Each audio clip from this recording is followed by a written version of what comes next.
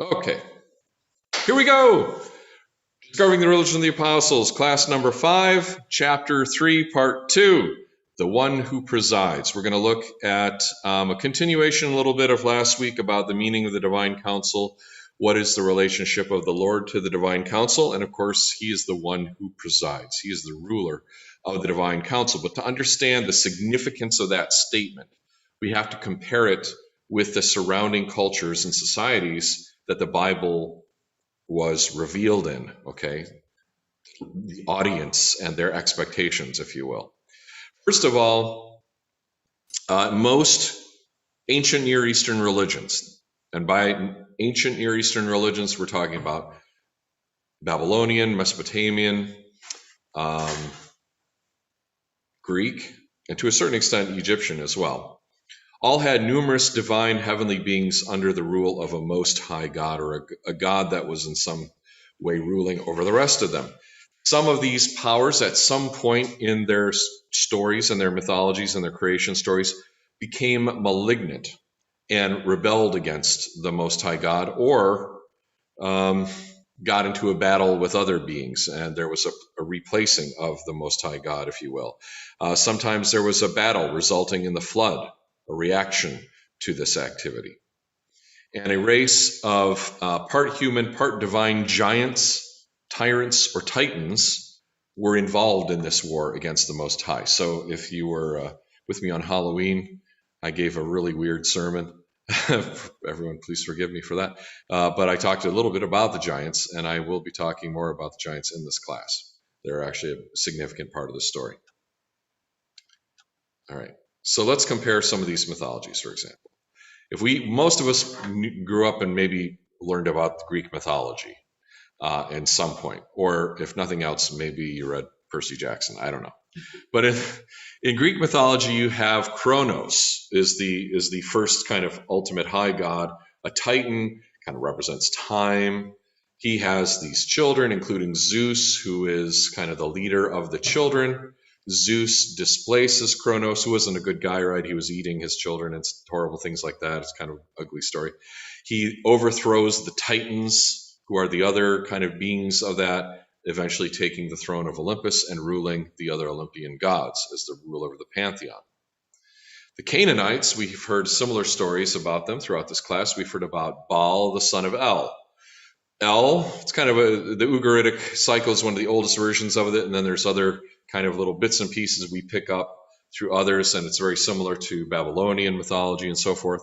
But in this case, Baal, the son of El, overthrew his father's lieutenants, Yam and Nahar, if you want to include that, that's the river. So Yam is the sea, Nahar is the river, but also Mat, the god of death. So the forces of chaos, the forces of death, were in charge.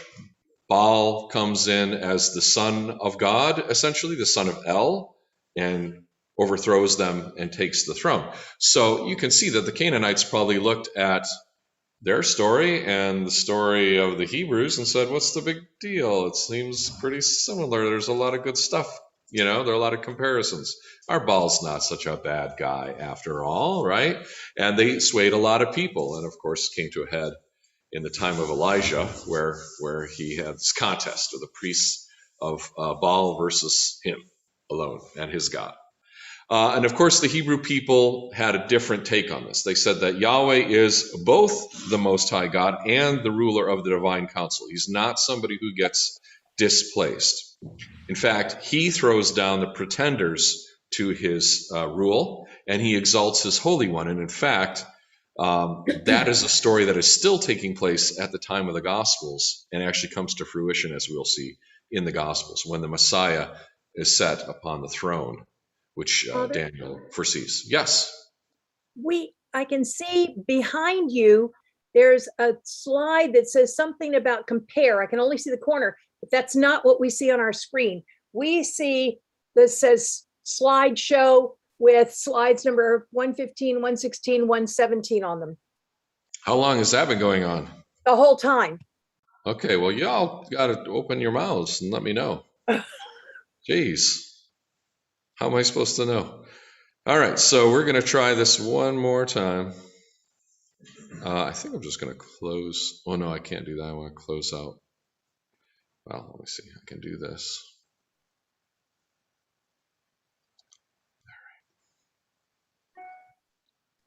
If Share you move the screen. camera so we can see the screen behind you, that would work. And yeah, that's not gonna work. All right. We're going to go to here. Can you see it now? Yes, yes, yes. You see the comparative mythologies screen? Got it. Looks good Thank to you. us. Okay. All right. You still, is that okay? Everyone good? Yep. All right. Yes. Yay. Yay. Thank you. All right. So this story continues well beyond the time of the New Testament. In fact, it's really part of the polemical discussion between the Christians and the Romans and the Greek pagans, and it's a continuing situation in a story. And so if you were in my adult catechism class, I just read this quote last Saturday to adult catechism, but it's also appropriate for this class, is the quote from St. Gregory the Theologian in his sermon, and where he explains the Christian understanding of the gods, right? He says the three most ancient opinions about God are anarchy, polyarchy, and monarchy. The children of the Greeks played with the first two. Let us leave them to their games. For anarchy is disorder, and polyarchy implies factious division, and therefore anarchy and disorder. So polyarchy might as well be anarchy. Both these lead in the same direction to disorder. Disorder leads to disintegration, for disorder is the prelude to disintegration. But what we honor is monarchy.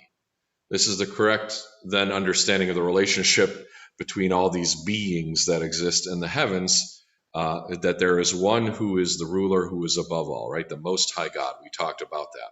And in fact, the scriptures address this situation too and are directly rebutting the claims of the pagans and their polyarchy that they have.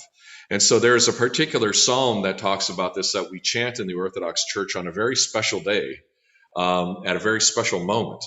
And that is Psalm 82, which begins, God stands in the congregation of the mighty. He judges the gods. And this is what he says to them. How long will you act unjustly? How long do you show partiality to the wicked? Why don't you defend the poor, the fatherless, do justice to the afflicted and needy, deliver the poor and needy, free them from the hand of the wicked, right? These are what the gods were created as angels to do, to serve mankind, to help mankind, to protect, guide, and guard, and do their job in the divine counsel. But God comes into their midst and says, you're doing it wrong.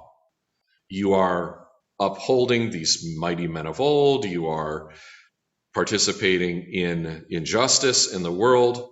You are causing darkness for mankind, and the whole earth is unstable as a result, as we see in verse 5. And so verse 6, I said, ye are gods, and all of you are children of the Most High, but you shall die like men and fall like one of the princes.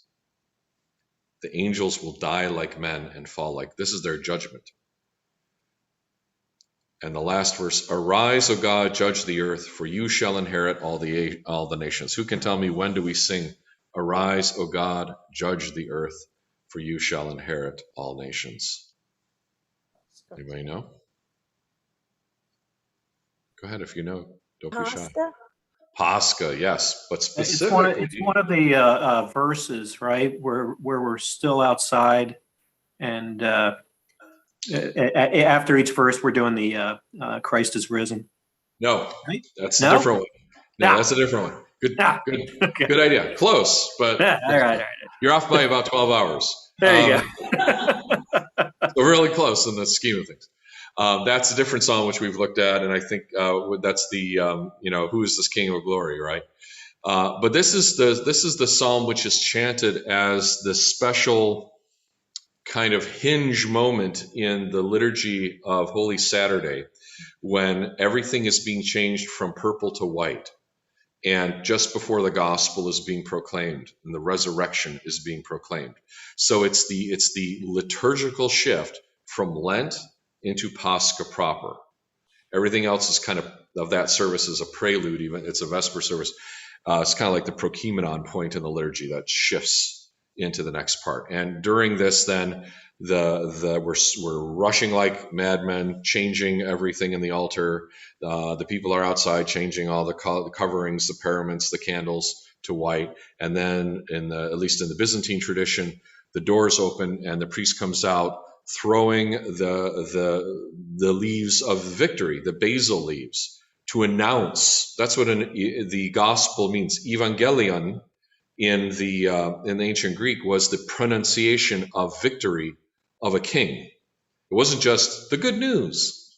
Hey, it was literally the announcement of major things.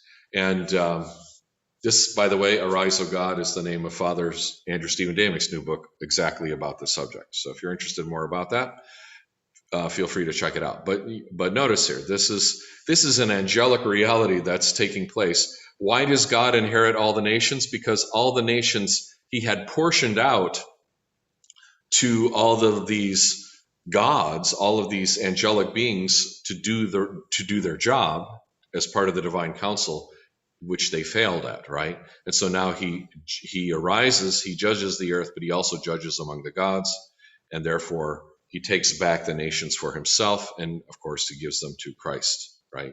Go into all the world, teach all nations, baptizing them in the name of the Father, the Son, and the Holy Spirit. It's not just a church growth strategy, it's part and parcel of this whole story. That's the point I'm trying to make. Okay. We see more of this in the prophecies. So here is an icon of the Ancient of Days that Daniel saw. Daniel sees the beginning of this judgment of God amongst the Divine Counsel. I watched till thrones were put in place. Notice it's thrones plural. Remember, the whole point of this is that God is not just by himself in the heavens. He's got all of these angelic beings serving with him, and that's actually a category of angelic power in the scriptures: thrones, dominions, principalities, powers. Right. So the thrones were put in their place so that angels of those thrones could take their place as well. And the Ancient of Days was seated, his garment a fiery flame, white as snow. The hair of his head was like pure wool. His throne was a fiery flame, its wheels a burning fire. His throne is the chariot throne, because wherever God goes, he takes the whole thing with him. He takes the whole mount of assembly with him wherever he drives his chariot. A fiery stream issued and came forth from before him, and 1,000 thousands ministered to him. 10,000 times 10,000 stood before him, and the court was seated, and the books were opened. So this is Daniel seeing the Divine Counsel in action, about to do its thing. And Daniel says that when he was watching this, behold, one like the Son of Man coming with the clouds of heaven. He came to the Ancient of Days, and they brought him near before him. Then to him was given dominion and glory and a kingdom, that all peoples, nations, and language should serve him, and his dominion is an everlasting dominion. This is Daniel seeing Christ being enthroned at the right hand of the Father. And his kingdom is one which will not be destroyed. So this is where we get the basis of this language in the creed, as we will see.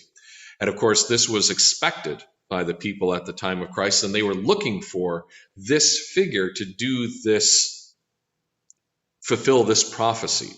So when Christ is on his trial before the high priest asks him, tell the truth. Are you the Christ, the Son of the Blessed?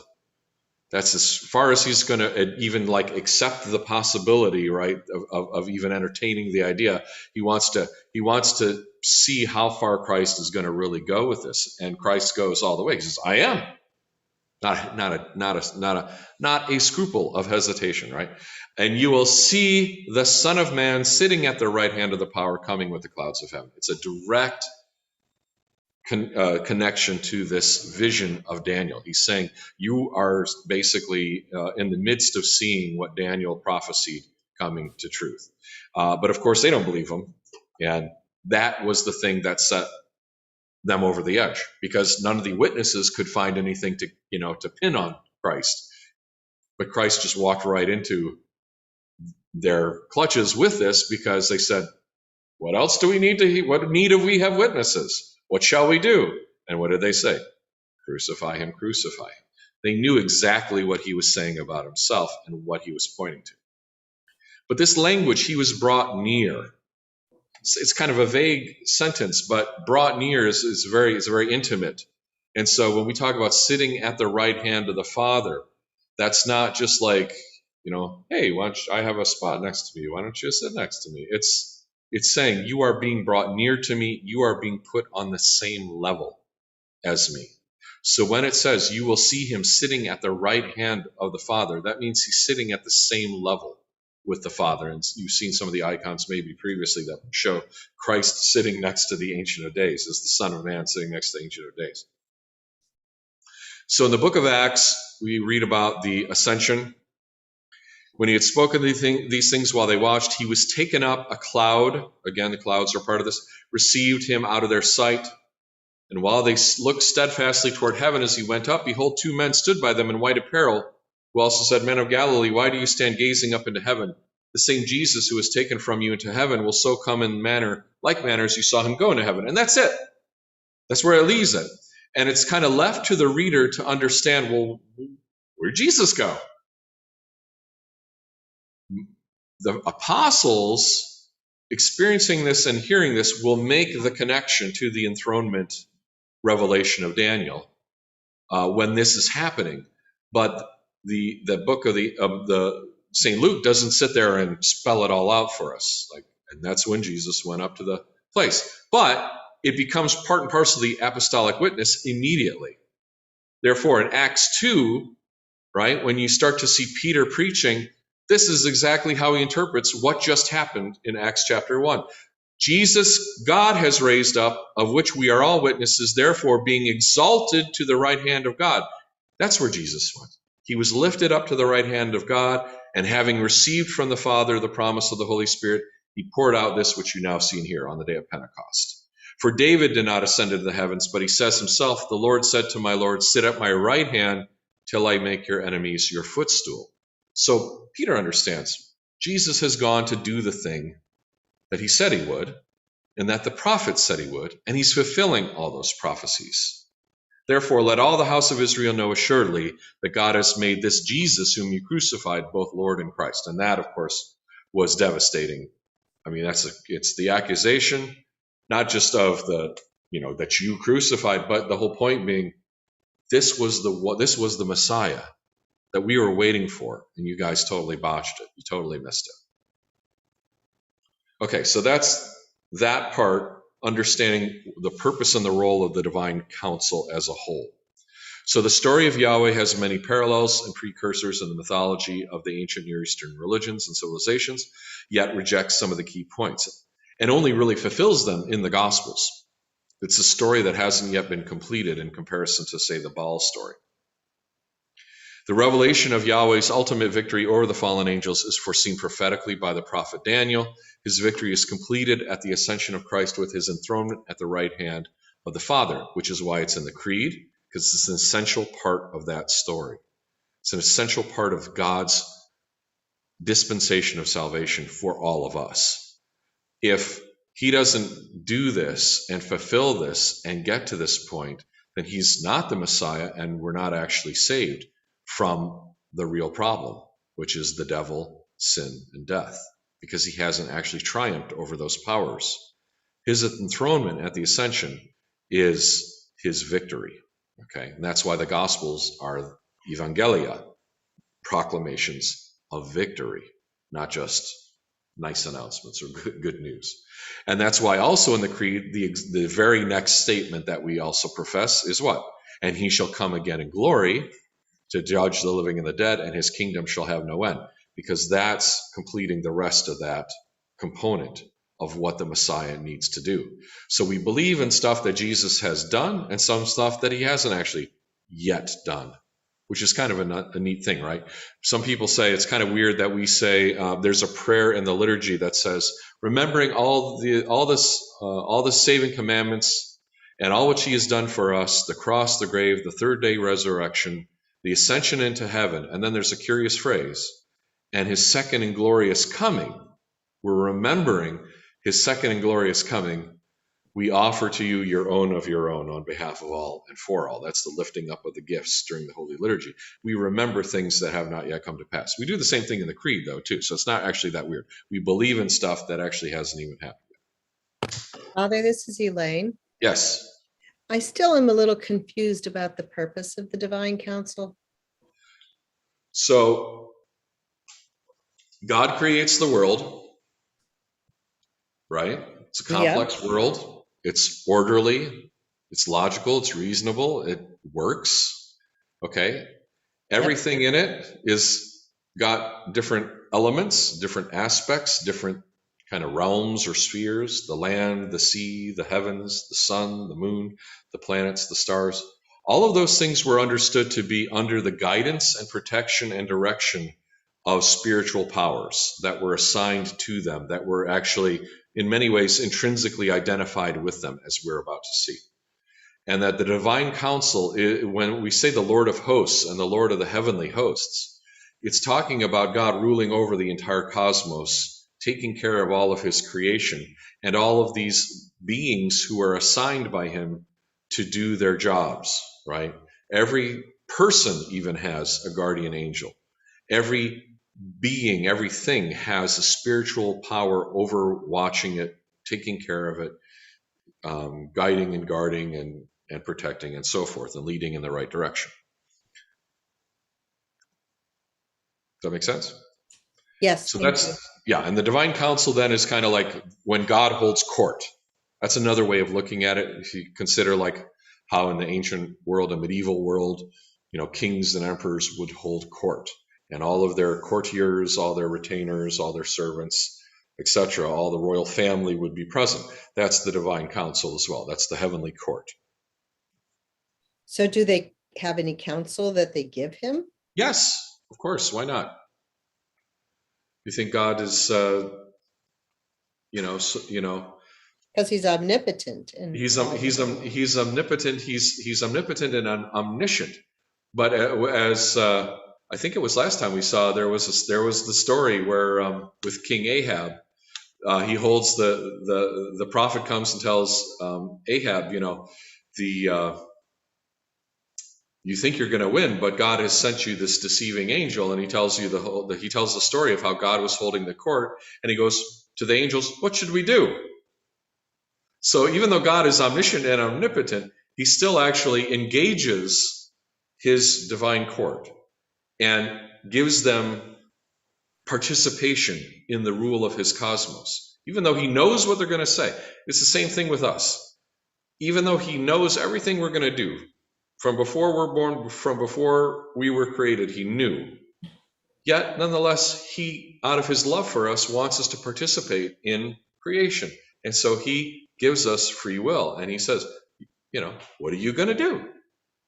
What are you going to do? And he does the same with the divine counsel. They also participate in this acts of rulership over creation. He could just do everything himself, but kind of like, what's the fun in that, right? He's a loving God who wants community, who desires communion. And you don't have that if you don't have some kind of meaningful participation of the participants. Yeah. Got it. So the idea of the ascension as the victory makes sense. But I've also heard the cross talked about as victory as well, which never really made sense to me because it doesn't seem to be. It's a staged victory. The whole thing is a staged victory. Remember, if you have three enemies, the devil, sin, and death, okay, then the first thing you defeat is sin through the cross, because he lives a life of perfect obedience and he overcomes. There's no falling short. There's no sin. So he defeats sin through the cross. Next, he defeats death through the resurrection. But then the completion of the defeat of the princes of the air and the heavenly hosts in rebellion is his ascension at the right hand of the Father. So that's how it all fits. So it's a staged victory, yeah. I was wondering, could I make an analogy to what you were just saying about participation of the angels? To the classroom, okay?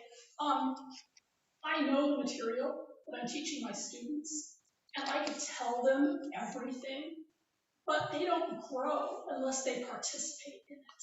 Which is why I like to ask you all questions. Right. Because I hate if no one asks me a question, because then I feel like it's exactly, I just fire hosed you with knowledge, but did you participate in it, right? Did you grapple with it? Did you chew on it? Did you question it? So yes, so exactly. Absolutely. Okay, so now we're gonna, if are there any other questions on this? We're gonna come back. This is just like a laying foundation of stuff, because these concepts are gonna continue to be unfolding through the next few chapters. And really, as you're gonna see, they actually have everything to do with us. You're like, okay, that's neat. I didn't know that, but whatever. It's not whatever. It's actually hugely important to what our calling is as Christians and our destiny is. And we're going to talk a little bit about that in the next section. But it's going to be a continuing subject through the next 3 to 4 chapters, I guess. Okay. Moving on. Angels and stars. You ever heard somebody say Mazel Tov? And what do you think that means? It means, Isn't it like congratulations? It's like congratulations, but it's usually translated as good luck or good fortune. But the word matzal has everything to do with the matzalat, the constellations. Ooh. It has to do with the stars. It's basically saying, may you have good stars, or a good sign of stars in the heaven, a good constellation, a good horoscope almost, if you will, if you dare let me go that far.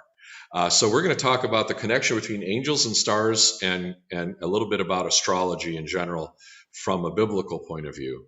And again, hopefully surprising to some, and open your eyes to some things. Now, one of the essential problems that we've seen now with the rebellion of the members of the Divine Council who left their station, who did the wrong things, is that instead of staying assigned to the nations and guiding them in the right way, the nations began to worship these angelic beings. And it's described as they worshiped the hosts of heaven. When Stephen was martyred, he was accusing the ones who were stoning him, or about to stone him, for having committed exactly this form of idolatry. And he quotes the prophet Amos, chapter 5. In the New Testament, it's quoting Amos chapter 5 from the Septuagint. It's because it's in Greek. And he says, then God turned and gave them up to worship the host of heaven, as it is written in the book of the prophets. Did you offer me slaughtered animals and sacrifices during 40 years in the wilderness, O house of Israel? You also took up the tabernacle of Moloch and the star of your god Remphan, or Raphan in Greek, images which you made to worship, and I will carry you away beyond Babylon, which is actually an interesting translation, because Septuagint usually reads Damascus. And there's only some kind of off manuscripts that had Babylon, but for some reason New Testament picks up on that tradition and translates it. So Amos in the Masoretic text, or in the Hebrew, will say this: did you offer me sacrifices and offerings in the wilderness 40 years, of house of Israel? You also carried Sikkuth, your king, and Kiyun, your idols, the star of your gods, which you made for yourselves. Therefore I will send you into captivity beyond Damascus, says the Lord, whose name is the God of hosts. He is the God of the heavens. So who is Sikkuth? Who is Moloch and Remphan and Sikkuth and Kiyun? Who are these gods, and what do they have to do with stars? Well, almost every one of those names is also connected at some point, except for Moloch at least, with Saturn, the pagan god Saturn, and the planet Saturn. Remember that all those planets were also gods, right? Mars and Venus and Mercury, those are all names of gods. Saturn was the name for which god in the Greeks? Kronos, right? So there's our old friend, right? This old pagan Titan, the god of the Titans. And so, this is the language. They're saying, hey, you worship these other gods. You remained unfaithful. So why should we be surprised you're being unfaithful to that same God now and trying to reject the Christ, reject his disciples, and stone me for that matter. So it's a brutal accusation that he's hurling at what is primarily a Pharisee mob. That's, if you didn't want to get stoned by an angry mob, maybe not accusing them of being idolaters at that moment might have worked. But he doubles down, right? He goes full throttle and he throws the prophet's accusation against Israel, against this crowd. And at this is, again, this connection to the worshiping of the hosts of heavens, which are both angels and stars. And stars include planets, again, in the ancient worldview. So here's an interesting icon, by the way. This is probably like, I don't know if it's a dome. I think it's a dome of a church or something because it's kind of surrounded on all sides. But if you notice, you'll see that there are the symbols of the Zodiac. So this is showing that God is the commander of the heavenly host. So there's him enthroned, right? Then there are the archangels, which looks like there's about 8 of them or so. I'm not sure how many, I didn't count. Maybe there's 12. But there's a plenitude of archangels. And then there's the Zodiac, the houses of the heavens, which are also represented. So remember, when we say Zodiac, we're not talking about the thing you pick up in your newspaper. We're talking about the actual division of the sky into constellation patterns, which goes back to the Babylonians and maybe even earlier. So in Genesis, we read the heavens and the earth and the hosts of them were finished, were created. We also hear about it in Genesis 1. In Psalm 33, the word of the Lord, the heavens were made, and all the stars by the breath of his mouth. And in Jeremiah, as the host of heaven cannot be numbered, nor the sand of the sea measured, so I will multiply the descendants of David. So sometimes when the scripture talks about the heavenly hosts, they're talking about the stars and not really kind of reading much more than that into it. But sometimes when you hear the heavenly hosts, it's very clearly talking about personal beings who are doing things, who are angels.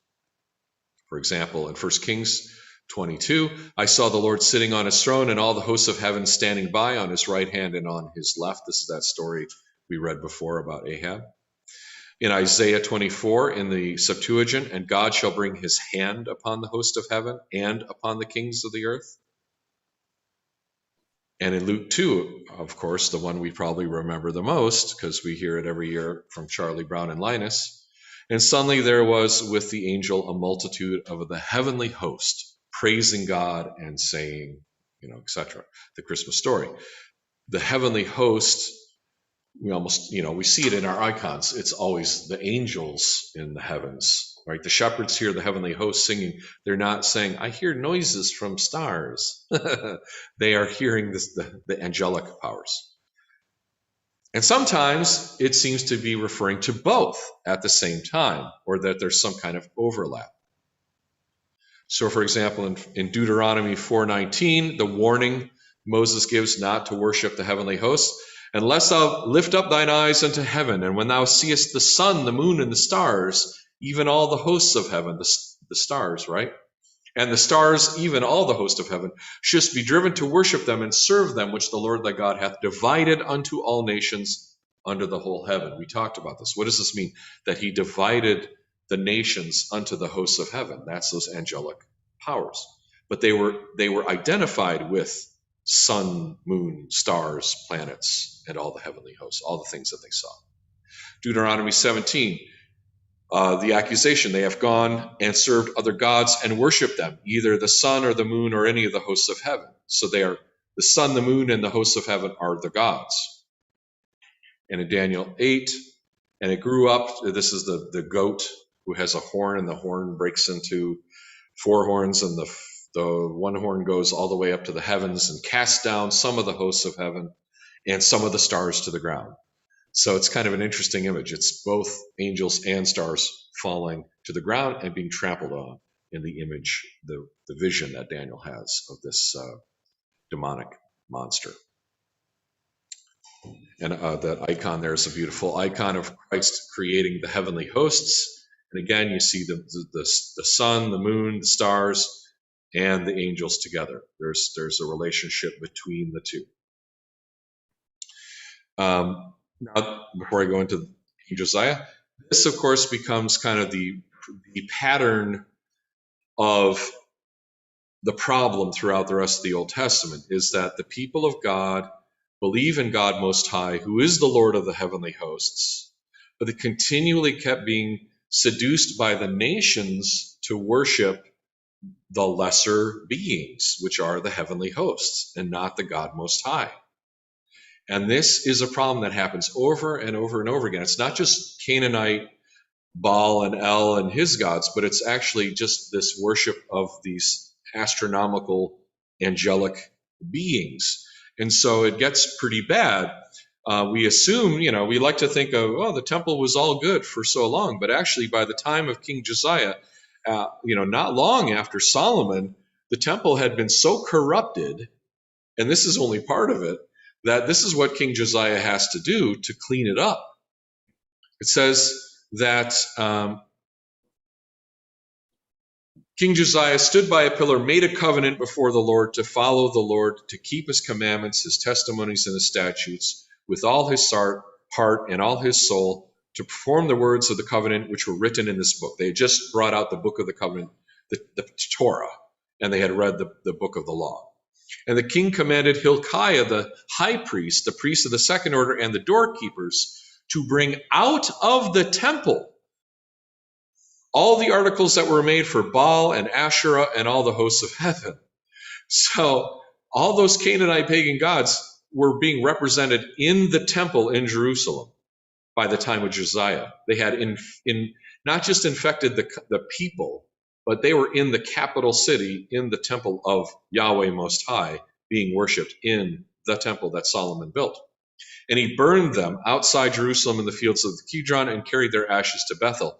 Then he removed the idolatrous priests whom the kings of Judah had ordained to burn incense on the high places in the city of Judah and in the places all around Jerusalem, and those who burn incense to Baal, to the sun, to the moon, to the constellations, and to all the hosts of heaven. So there's this cult of all these heavenly hosts, these gods of the nations being worshipped even in Jerusalem. And that's not a good thing.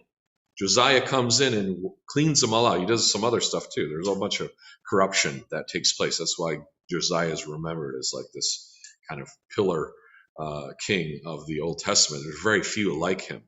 But we probably, today if he came along, we'd say, he's an austere religious scholar or something like that. We wouldn't like it. He would be too extreme for us. But he set the church, the temple, back on the right path. So again, angels and stars see their parallels also in the apocalyptic literature and in the prophets. In Job, here's that word, just in case you were wondering if it appears in the Bible. From the word related to Mazalot is sometimes also spelled out Mazaroth, very similarly kind of related word for the constellations. So when God asks, where were you? You want to ask me questions, I'll ask you some questions. Where were you when I established the foundations of the earth? Where were you when I set the morning stars sang together and the sons of God shouted for joy? We actually looked at that one last week. But then farther down the chapter, can you bring out the constellations in their season? Can you bring out the Mazaroth in their season? Can you guide the great bear with its cubs? That's talking about Arcturus, right? And the Big Dipper constellation and so forth. Yeah. So that goes back to that culture, that understanding of that constellation. Oh yeah, they all have the same sky, and they all told the same stories. All those the most of the Near Eastern world shared the same set of constellations. The Greeks did not invent all those stories. We call them by Greek names today, but the Greeks stole everything from everybody else before them. So if the Jews, and that's actually, I think, Jewish commentators say that if the Jews talk about constellations, It's not that they got them from the Greeks, it's that they got them from the Babylonians. But when they translate this into the English from the Hebrew, you'll see words like Pleiades and Orion and the names of the Great Bear, stuff like that, because it's using what we would recognize. Isn't the Zodiac related to the house of Israel? Yeah, we're gonna get to that. Yeah. Mark, of course, we're told that the stars of heaven will fall and the powers in the heavens will be shaken. Again, angels and stars connected, but also positively, not always negatively. We've looked a lot at the negative side, but that's not, remember, God created this to be this way, so it's not a negative thing inherently. It's just that people worshiped it. In Revelations, we see the proper relationship of stars and angels, that the 7 stars are the angels of the 7 churches, the 7 lampstands are the 7 churches, etc. So is this just primitive thinking? It's not just a confusion or a simple anthropomorphizing of natural elements. That's kind of the, if you went back probably, 50 years ago, 100 years ago, scholars would have said, this is clearly just an example of primitive thinking where they were, animistic thinking or something like that. It's actually much more sophisticated than that. The ancients believed, again, that all things had a spiritual power behind the visible. There was a visible reality, a manifest reality, and an invisible reality, which reflected the internal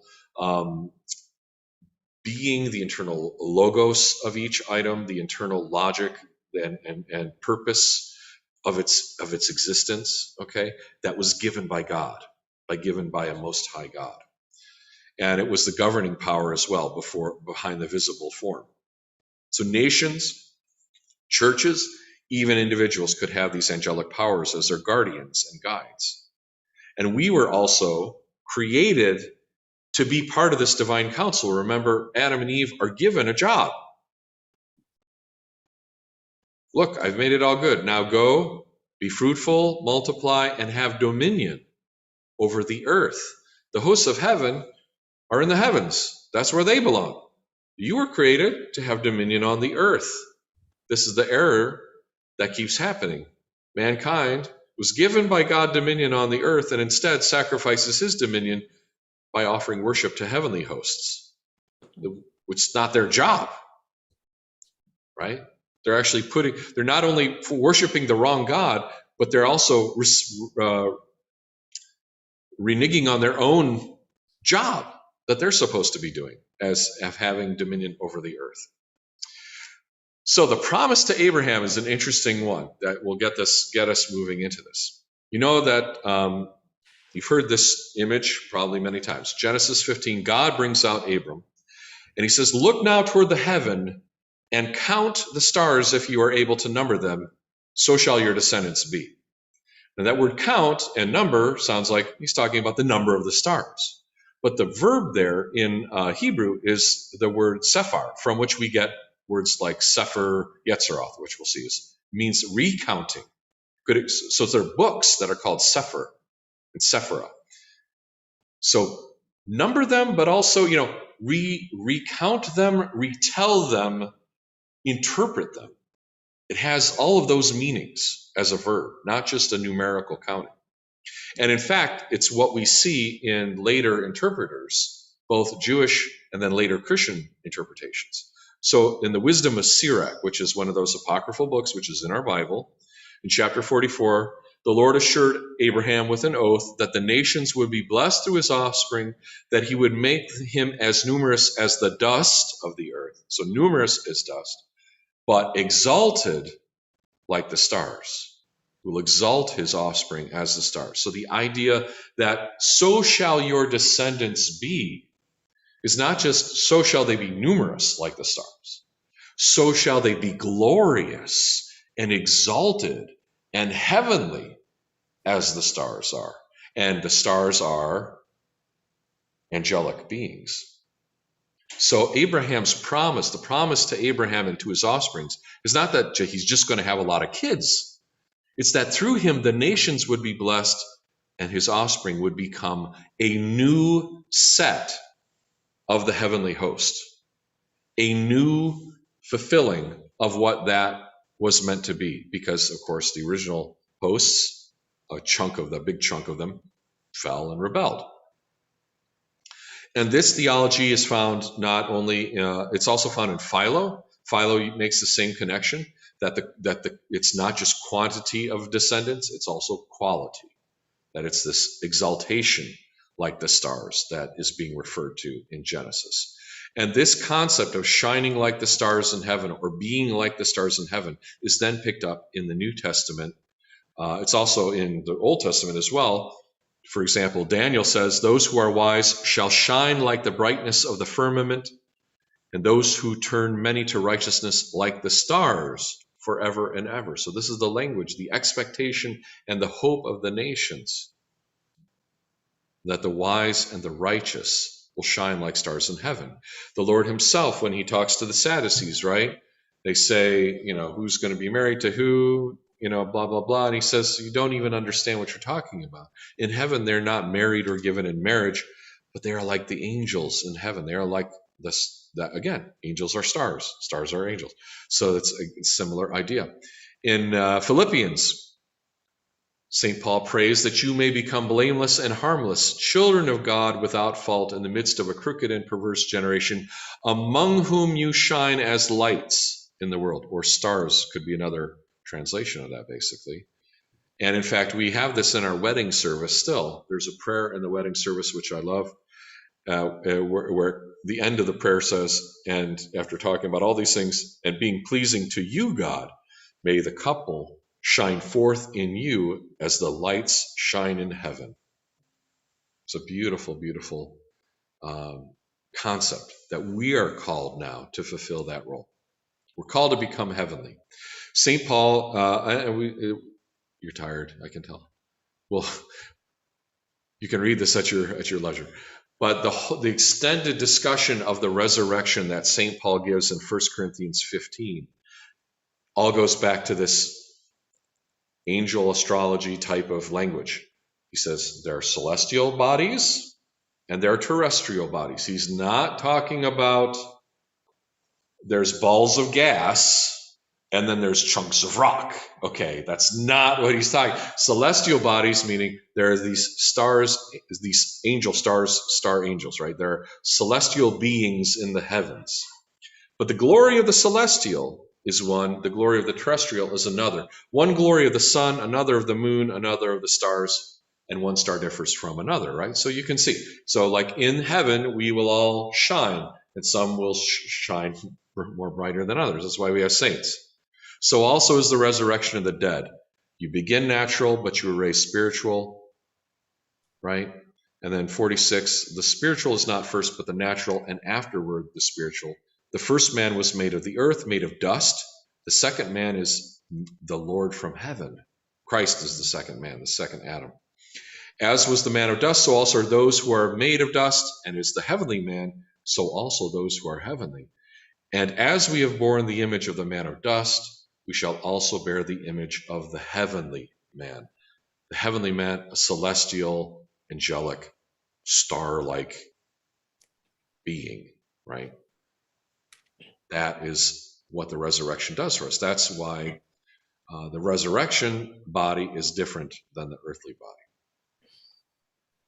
And there's no more heaven and no more earth in the resurrection because it's all one. That's one thing I could have thrown in there from Revelation as well, right?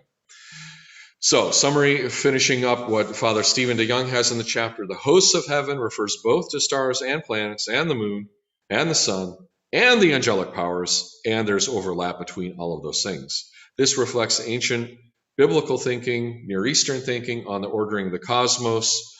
The ancients viewed the cosmos as permeated by spiritual powers behind the visible material world. Angel stars become then the main metaphor of our glorification in Christ. In fact, the fact that we use the word glorification has everything to do with stars, because that's what stars do, is they emit glory. They have glory. Glory is light. And our transformation into heavenly beings will come in the age of the life to come. So you could say theosis is glorification. Theosis is also kind of angelification. If you ever look, in fact, we have it over here. Let me grab it.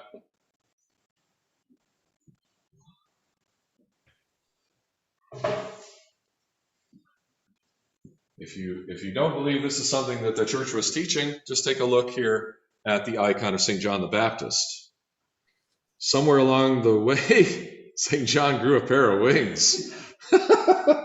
Why? Because he's been glorified. He's been angelified. He has joined the angelic hosts. He has become one of those beings. Yeah. But don't we still retain our material body? Yeah. There, we have our body.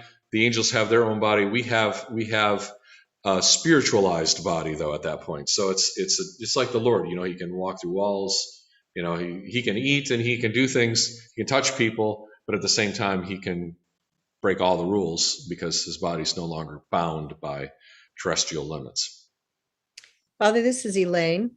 Yeah. So, some of these movies they have at Christmas time, where there's a man who has died and gone up and become an angel, and he has to come back and do certain things to be able to gain his wings. That's It's a Wonderful Life. Yeah. I was just thinking, I knew someone was going to ask you about that, right? That's playing on this stuff, right? This is playing on that worldview. Now, is it something, would we say that that's actually something that has to happen? No. We don't think that there's a guy who has to come down and earn his wings or something like that. I mean, could it be? I guess, but that's not a teaching of the church. I think it's just a very fun playing on the angelology of the tradition, right? Is what I've always heard is don't pay attention to any of that, because really it's a nice story, but we are different beings than the angels and we don't become angels. We are different than the angels, but we become like them. So we shouldn't, there's two extremes. One extreme is to say we become angels and we leave behind the physical body. Okay, that's like a Gnostic idea, basically. But the other extreme is to say we are so radically different from the angels that we don't have anything like them. And that's not true. We're actually fulfilling, because you'll see then, and we'll see it later in the time of judgment in the book of Revelation, all those thrones that were originally the places where the angelic powers sat in the court of God were now being inhabited by who? The saints, the 12 patriarchs and the 12 apostles become the next kind of ring of the inner court of God. So we take our place in the heavenly hosts without becoming angelic powers ourselves. We become human powers, which are actually higher. When you find out what a human being is called to be, it's actually higher than the angels, but it's not unlike the angels either. So we have to kind of, we go, and then God grants us to even surpass in many respects. And I have one more question. Yeah. And that is that I have heard that part of what happened with Satan was that he was really upset that God created man and made him higher than the angels, and that Satan was really jealous. Yeah, it says out of envy, right? The devil did what he did out of envy. So out of envy for God himself, right? Because he wanted to be God himself. But then most certainly if he had that kind of envy, then how could he endure the existence of human beings made in the image and likeness of God? The angels aren't made with that same creation. They're called sons of God, and they're called Elohim even. They're called the gods, but they lack this very specific imaging of God that humanity has. And so there is an envy in the devil for that, for sure. Okay. But Psalm 8 says that God made man a little lower than the angels. I don't understand. Yes. What I'm saying is the end, not the beginning. Okay. So we start lower because we're created with this ability to mature and to grow and to be divinized. The angels kind of come into it, and they are what they are for all eternity. They reflect the glory of God. They are beautiful like the glory of God, but they don't mature like we do. They don't grow into the fullness of the image and likeness of God the way human beings can through Christ. Okay. So we're made, yes, but then like Christ, we are exalted, right? We join him and are exalted with him. Okay, thank you. Father, Yeah. Father, this is Laurel from Holy Cross. So is that why we say that the Theotokos is more honorable than the cherubim and more glorious beyond compare? Yeah. Because she has done that in Christ. Yes. Very good. Yeah, exactly. Yeah, it's like this stuff is like hiding in plain sight. The more you hear this stuff, you're going to start hearing it now every time you come to church. You're going to pick up on it. You're going to see hints of it. You're going to hear it in some of the prayers. In fact, I was going to start tonight's class before our technical difficulties with the Apostolica from tonight's Vespers. It says this is for the apostles. Every Wednesday night we have an Apostolica for the apostles. It says, to the Lord, you have magnified the names of the chief apostles, O Savior, throughout the world. They learned the sacred mysteries of heaven. They granted healing to those on earth, and their shadows alone cured illnesses. He who was a fisherman did miracles, and the Son of the Jews theologized on the dogmas of grace. Through them, grant your great mercy unto us, O compassionate Lord. This is a prayer which recognizes the apostles taking up their place in the divine council. In fact, they kind of understood that was in the cards when they went, when the sons of Zebedee, right? The mother of the sons of Zebedee says, Lord, when you come into your kingdom, let them sit at your right hand and your left. It was a recognition that even if she was thinking only in earthly terms, the earthly kingdom reflects the heavenly kingdom. So she was hoping they would have a status like that, because that's how God's counsel works. And in fact, the Davidic kingdom was also based on the pattern of the heavenly. And then later in the Christian era, after Constantine, the Byzantine imperium was also based on the heavenly model of the divine council. But I think that's in a later chapter. So I want to jump ahead to some bonus material since we have a few minutes left, just so you know how deep this rabbit hole can go if you're interested. For example, Josephus in Antiquities. Josephus was the first century historian of Judaism, very important figure. Some of his writings are actually even considered kind of scripture in the Ethiopian canon, believe it or not.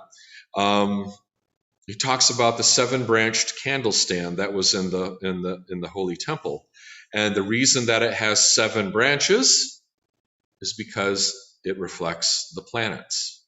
You're like, wait, Father David, there's 9 planets. Well, not in the ancient world. They didn't have telescopes that could see and distinguish Pluto and Uranus and Neptune the way we do now, right? They had the other planets and the sun and the moon. So Mercury, Venus, Mars,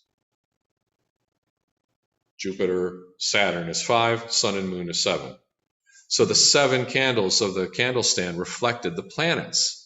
And it terminated in 7 heads in 1 row, all standing parallel. And these branches carried 7 lamps, one by one, in imitation of the number of the planets. Why would they put a 7-planet candle stand in the temple of God? Because he's the Lord of the hosts of heaven.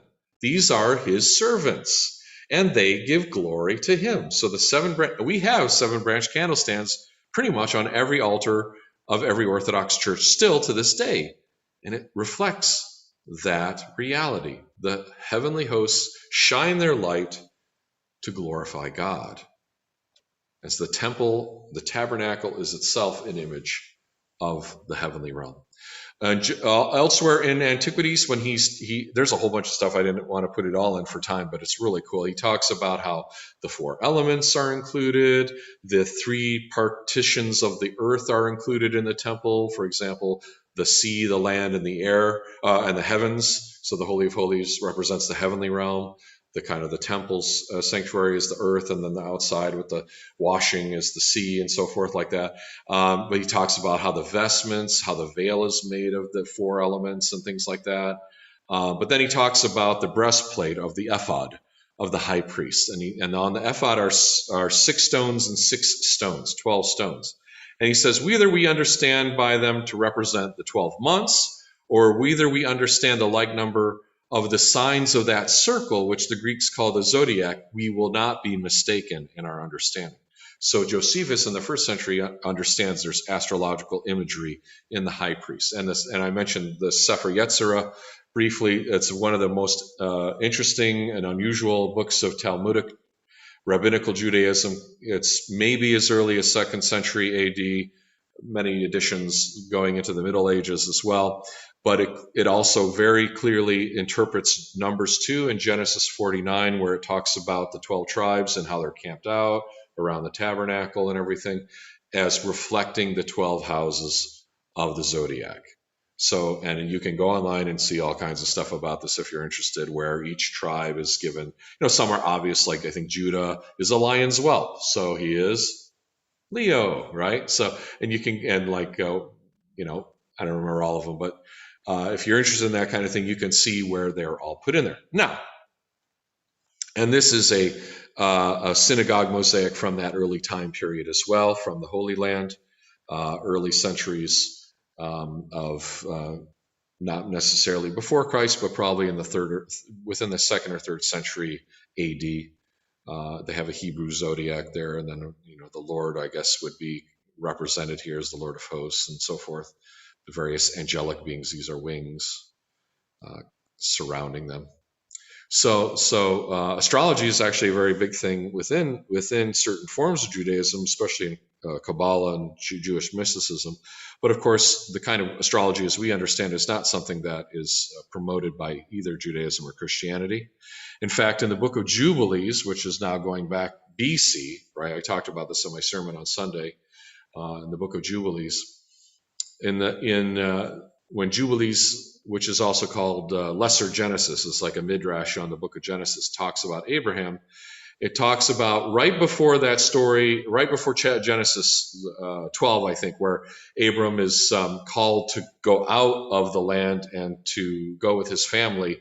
He has this encounter with God. So this is kind of like an inserted tradition into that Genesis 11 to 12 section. And it says that Abram sat up throughout the night. Remember, where Abram lived was in Ur of the Chaldees, Babylonia. The Babylonians are the first kind of astrologers par excellence. And he went up to observe the stars from the evening to the morning in order to see what would be the character of the year with regard to rains. Okay, so he was using astrology, is what it's saying. You don't know what the rain is going to be based on the movement of stars and planets, right? And a word came into his heart, and he said, all the signs of the stars and the signs of the moon and of the sun are all in the hand of Yahweh. Why do I search them out? If he desires, he causes it to rain morning and evening, and if he desires, he withholds it, and all things are in his hand. So why am I trying to control the outcome using predictive astrology, right? That's what the danger of that is. And he prayed that night and said, my sovereign ruler, Yahweh Most High, you are alone my ruler. You and your dominion have I chosen. You created all things. All things are the work of your hands. So deliver me, the bold part, deliver me from the hands of evil spirits who have dominion over the thoughts of men's hearts. And let them not lead me astray from you, my sovereign ruler. Establish me and my seed forever so that we don't go astray. So Abraham has that faith because he rejects the astrological idolatry of the Babylonians by putting his hope and his faith in signs and stars and constellations and basically spirits of heavenly beings that are connected to them. He rejects the polytheism and polyarchy of the Babylonians and turns all of his faith to the one God, Yahweh. So that's how Jubilees interprets why God kind of then says, okay, Abram, get out of there and go to this place that I will tell you with your family and with all your kin, right? And that becomes the story of Abraham. So this ancient tradition about Abram understood these things. All right, that's our class for tonight. Next time, let's see, what's the next chapter? I think is scary stuff. It will be spiritual powers of evil and human rebellions. So we're going to talk about giants, the devil, the angels who left their former estate, demons, and Satan, the Satan. So I talked a little bit about this stuff on my sermon on Halloween. So if you want to hear some of that will be repeated in the class, so you don't have to go back and look at it. But if you want to foretaste, you can go and watch it on YouTube, I guess. I'll cut it out of the regular recording this week. And we'll get into some demonology before we get into the angelology, which is kind of a weird way to do it. But we're setting it up because we're showing what is the problem that is being solved. What went wrong that then needed to be fixed? What caused all these problems that then led to the need for the saints and our salvation?